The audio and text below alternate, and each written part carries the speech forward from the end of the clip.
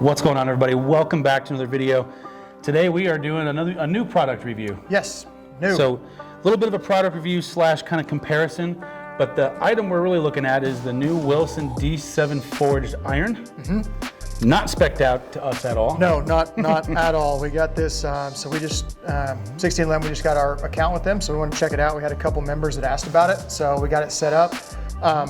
Our rep just came in today and dropped this off, and it has a KBS Money Taper Light 95 stiff in it, which is definitely not what either one of us Just in comparison, used to Aaron's play. 7 iron. So the clubs we're going to compare it against is Aaron is currently playing the Hamna TR20V iron with Tour Issue S4. the Dynamic Gold Tour Issue Dynamic S4. Gold Tour Issue. And then I am playing still, which I'm probably going to be switching to those pretty soon because yours feels really good, is the P7 TaylorMade P790s Standard Loft with the Project X 6.5s in it. Perfect. Yeah, So one thing that we do know, like on the spec chart, is this is a 30 degree of loft 7 iron. Traditionally call it 34 degrees, so a little bit stronger loft. It's going to be a little stronger than mine. Mine is 35. Mine's 33, so we got them all covered. I mean, sorry, not 35, 33 Okay. is what mine is, yeah. So We don't have them all covered. We have that's a few what covered. That's what we got going on there. So we should see this go a little further, but we're really I would say maybe, but that shaft's probably going to be the counteracts equalizer. it. Yeah. So, I mean, our spins are going to be through the roof. If I'm below 10,000 with that shaft, I'll be really impressed. And I say that kind of joking and not really at the same time, because traditionally in an iron, I always go with the rule of if you're hitting a 7 iron, you want your spin to be around 7,000, give or take. Yeah. And so, obviously, this is probably realistically somewhere around 9, because it's going to spin quite a bit more. It's already mid-launching, which ours are neither. Ours are very low-launching iron shafts. Yeah. So let's check it out. Yeah, let's throw it up. We're D7 forged. We're gonna do it the same way we always do it. We'll actually just hit all of them. Yeah.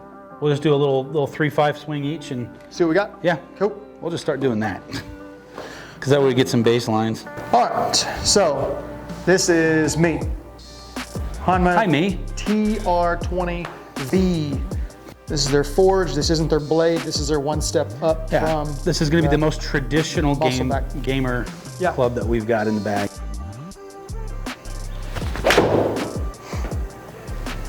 A little left. So what's your average carry with this club? I should be in the 80. 84? Let's go 84. Yeah, that should be in the 80 range, somewhere between 80 and probably 85 if I just kind of nuke one or catch a little thin or something. And if Aaron says he hits 2 really well, we're gonna kind of move on since we're hitting 3 clubs each here. Yeah, I'm gonna hit that one. I'm gonna hit one more. And yardage wise, you're right there. You're just to the left for some reason. A little lefty, getting a little in to out.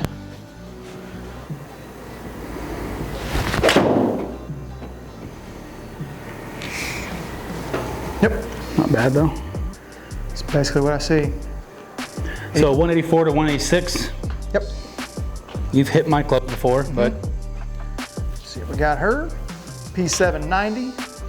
really the only reason why we're going through each other's bags all the way, so we're gonna hit all 3 irons, is for direct comparison. So you kind of get an idea performance-wise for both of us what the big difference is here. So you're gonna notice this is gonna be about the same spot. 180, I had a little bit more on it, but not much. That's total. Where's Carrie? Carries right there. Stand by, 84. Ryan. 84. Oh, you can't move that. It's up there. So 84 is about the same. Yep. And a lot of that's going to be true because of the loft being the same. Technology very different. That's just, I think that's a tribute to Hamna and what they've been able to do with a hunk of metal. Because obviously the P790s are some of the most forward technologically on the market at the moment. Maybe So- outside of PXG. 82, 84. Yep. Spin hasn't been, we're going to throw a spin on the screen. Click it, and right there. Now it'll pop up. Perfect. So spin was actually low for you on that. I hit on that, mine. that last one I hit a little bit thin. Oh, did you? Okay. Yeah. All right, let's see what the Wilson's got to offer.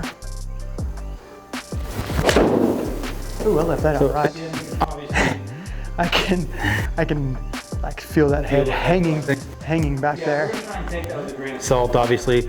I mean, it's saying that he hit that, Carried 188. 188, so 4 extra yards. Spin wasn't bad, but I know you're also babying it a little bit.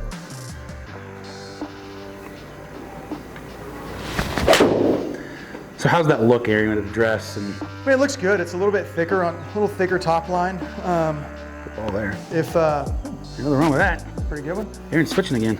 Yep, looks like D7s are in. Sorry, Robbie. See ya. A little bit thicker on the top line, but it's also they do have, which we saw today, that new staff iron. it's a true muscle back. I'm calling it the return of the diamonds. Yeah, awesome, because if you know the old school Wilsons, they have at the end of the grooves, they had little diamonds on it for like the old clubs back in the 70s and 80s. So they brought those back. It's pretty cool. The first set of clubs I ever played were the old Wilson Ultra Blades that had those diamonds on it. Very first ones ever. They were my dad's for God knows how long. And he goes, "You want to be better at golf?" And I said, "Well, I'm starting for the first time ever." And he hands me those. Learn how to hit this. I tell you what, you forget what your hands feel like after hitting those for about an hour and a half on the driving range, and you have no idea what you're doing. Especially if it's cold outside. Oh God! I mean, like my elbows are starting to hurt again. Just rattles all the way up. While I'm hitting a few real quick, who really is the D7 for? So I say that there's a D7 and D7 forged. yes, So there's two versions of it. Yeah, they call it. I think it's D7 steel and D7 forged. I believe from what Matt, the rep, was saying, that the D7 steel is kind of on its way out. They're in that product cycle. The D7 forged is staying in. And oh boy, I was listening to you. So that is your kind of the same thing. If you watched the long iron review where Ryan was talking about the P790 is meant for that, you know, kind of 0 to 20 handicapper, depending on what it is. That is kind of the spot that you're seeing with that D7. It can be anywhere from a scratch golfer to a mid handicapper. They have a true game improvement that just looks like a full set of hybrids. What you looking for? Carry, if it's still up there somewhere. 180. Oh, there it is, top right. So I'm actually hitting your Homner right now. Full disclaimer, I have not hit one that I liked. The last two were a little wristy. Well, and that shaft's a little softer too. It is, yeah. I'm used to something a little bit flighted for starters. Probably more of an X1. Yeah, so that's probably a little more traditional for me, about 188 carry on a 7. Now back to something that's meant for me. The one thing that Aaron and I have going for when we switch clubs out is we're both a degree or two flat. Yeah, we're relatively. You start messing with lies, that's the first thing that my ball striking tanks. Yeah. Well, in this, we did not. This is a fitting head that's on this, and right now it's set to standard. So hope it's on there, right? Actually, could have dropped it to 2 flat. Yeah, could have. But see, immediately I put mine in there, and straightened it up. And that is telling you how important a fitting actually is. Yes. I mean, we have the same lies for the most part. I think we're both 2. Are you 2 flat on your Homers or 1? 1. And I'm 2 in this, so that could be some of it. But right away, the shaft is such a big factor for me. Yep. Yeah, your spin dropped almost 1,000 RPM. Yep. Oh, that was chunky. We're gonna go with it though, because I know my numbers on this club. That's not bad for a big old miss. Nope. All right, let's go with the soft flex guy. D7. So I was carrying most of those about high 180s. Yeah, 88, 89. Yep. So, I mean, when you get something like this, they're trying to play off of the maximum distance with maximum forgivability with a feel of a forged club. Yeah. So they're trying to hit a lot of different notes. And yeah, you've got, just looking kind of at that little cheat sheet that I had for it, not knowing a whole bunch about it.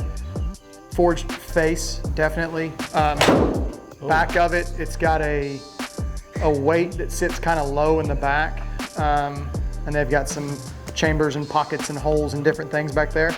Looks pretty good sitting down. You don't, it doesn't look bad. Like you set it down and see a whole bunch of stuff. You know what it reminds me of, just kind of looking at it down, is if it was brushed nickel everywhere, the Callaway Apexes from 2 years ago or last year. Apexes or a Apex Tideless, Forge, sorry. like a Tideless AP, maybe like an AP2 or something. Which would be the TR, whatever the new version of the AP2 would. I don't know what that is. Whatever the, or it doesn't look bad feel is surprising. You know, most of the time, even in something that's forged but still has a lot going on in the back technology-wise, you lose a lot of that forged feel. This doesn't seem, I mean, it seems to be hanging in there with, maybe not the Hamnas because that's a true forging, but definitely with the P790s. I'd put it on that same ballpark as maybe the AP2 line or whatever that is new with Titleist. And my yardage, about the same, 188. I got a big bounce. Here's a test. That was really low on the face. Little draw, but forgiving there. Spun okay. Yeah, considering that was a big, when I say low on the face, I mean it was last couple of grooves. 60, yeah, 6,700. I'm gonna do one more. Hi, BJ. BJ's gonna be in a minute. Yeah, I'll be back. I'll be able to come back on the 24th. Yeah, that's a little bit closer to normal there. Keep going. Louise, get those freaking one-hop ends. Cheater. Yeah, carry 187. So it's in line. Yeah. With the rest of it. I mean, it feels good. It's obviously a much thicker club. The offset's not so bad. It's hard to tell offset sometimes. Especially with the fitting head. With the fitting head, because, and what we're talking about is this piece right here, this hosel piece, is like super thick. Yeah, it's like a driver is what you've done. If you haven't seen a fitting head before, screw it off just like you would a driver where you got an adjustable neck and stuff on it, and then you can change it to flat, to upright, for left-handed, for right-handed, all that kind of stuff. Yep.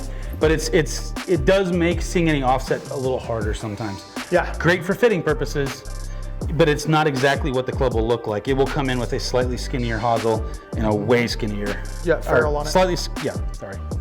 You know words are hard. Yeah, talking difficult. Much skinnier ferrule as well as a hosel to the end of the neck. So you'll see a little bit more offset there, but it's not bad. I'm noticing I'm catching him inside my heel a little bit more. Well, healer? Well, those are standard too, not flat. That's true. There you go. Look at that. Knowledge. Overall, it's a decent club. You know, I think Wilson's fighting that stigma because they've had so much change here as of lately, and I say lately, the last 20 years, maybe a little less than that, but you know, they're trying to kind of claw their way back up into the... Get more of a player. Yeah, I kind of say the primary game. And what I mean by that is you have your primary players. That's going to be your TaylorMades, your Pings, your Titleist, Callaway. And everybody, that's such a hard market to break into, those upper echelon of golf companies. Honda's dealing with it. Wilson's been there, and they're trying to claw back into it. PXG's starting to kind of be considered in that range now. They're just so expensive. They're kind of they're in their own little category over there on themselves. Yeah, and they, you know, talking with the rep, what they were talking about, they've got a new driver coming out at some point that they're testing, they're working on, and it's going to be a player's driver, tour caliber driver. If you've watched anything on tour, Gary Woodland is like their big dog. He's playing, I'm pretty sure he's staffed out. So I would imagine driver through wedge. I have no idea what putter he's hitting, but I know driver through wedge that he's playing Wilson. Right. It's not bad stuff. I mean, I think that's the thing is it's the biggest thing I would tell somebody looking for clubs is don't necessarily always rely on the brand name stuff. No. I mean, Nike's a great example of that. If you're obsessed with Nike, I can't tell you how many clubs I'd come and look at, and I like Nike as a whole, but every once in a while they'd come out with a stinker. Yeah. And it would just be like that square Sasquatch or whatever it was. Baby. That thing was awful. It looked bad, it sounded bad, it felt awful. Yeah, I would, to reiterate that, definitely weigh all of your options whenever you're going to go get into clubs. There's not too many club manufacturers out there now that are putting out junk. Most of them are not. It's such an expensive game to try to do things with R&D and all these things that most club manufacturers, I would go out on a limb and say, are not going to try to waste their money on putting something out there that people won't like. And you can tell me if I'm wrong on this, but the one thing that I think is that manufacturers R&D and engineer things with certain ideas in mind. Sometimes those engineering specs work for some players and sometimes they don't for other players. I'm going to use the example of myself and Ping. Do I think Ping makes bad clubs? No. I think they make phenomenal clubs. Do they make clubs that I like? No. I personally can't stand the look, feel, design. There's not much I like about Ping, but I like them. I like Ping as a company. They were one of the easiest to work with from a customer service basis when I was managing clubs. But I do think equipment is engineered with an idea in mind. Yeah. And if your ideas or what you think you want coincides with that company's, and it could be feel, it can be look, it could be performance, it could be all of those things, it could be one of those things. If those things line up correctly, then you're gonna have a natural tendency to fluctuate towards that club. I like that club. Like if I blanked out clubs and it was just smooth, and I handed you 3 sets of clubs, you traditionally have been more of a Mizuno, Srixon, kind of that type of a golf club guy. You'd probably be able to pick out, if I gave you a Srixon, a Callaway, and a Wilson, you'd probably actually be able to pick out at least one you didn't like, or potentially one you do like, which is gonna be most likely that type of club. Right, Yeah, and so going off of look and everything. when shopping for a club, the number one thing I tell people is get what's best for you. Yes. It's not about what looks right. It's not about what you think everybody else is playing. Yeah. It's great that they spend all this money on tour players to play this stuff, They but spend a lot of money on marketing. let's be honest, that's a marketing. They are billboards. Yeah. I am also a billboard, and a large one at that, so please feel free to sponsor. You get more for your bang over here than over here. I'll just put it bigger right here. But don't worry about the name. Pick what is best for you. And this club is really, in my opinion, is meant for that guy that is used to more of a traditional forged feel, that's handicap is maybe either crept up a little bit, Doesn't play as much. yeah, or is on the high side, he's starting to come down, and maybe he's in that 14, 13 range now, and he's looking to take that next step from more of a game improvement iron down. This would be a great hopscotch to, because after this, it gets harder to hit. Yeah, it starts to get a lot thinner and sweet spot. Well, and the all that. TR20s that you're playing from Hamna, any blade product. Yeah, any of those MBs, definitely. Yep, so it feels good. And from a forged player, it feels like a forged club. That's the biggest thing that... Sounds good. It's not real clicky sounding or anything like that. Or other noises that some manufacturers have. Yeah, there's some strange Yeah, noises there really out are, so... Well, hey guys, again, thank you all for watching. If there's anything, any comments, any questions, anything you'd like to see, we will get our hands on whatever we can manufacturer-wise. We are hoping to get a bunch of the new stuff coming out. It's coming. I know Cleveland, I know Mizuno, they got some new stuff coming out, so we will have our hands on that as soon as we can and get it out to y'all so y'all can see. Social medias, 1611 Sports. And Maverick Performance Golf. There you go. Thank you all for checking in, guys. See you later.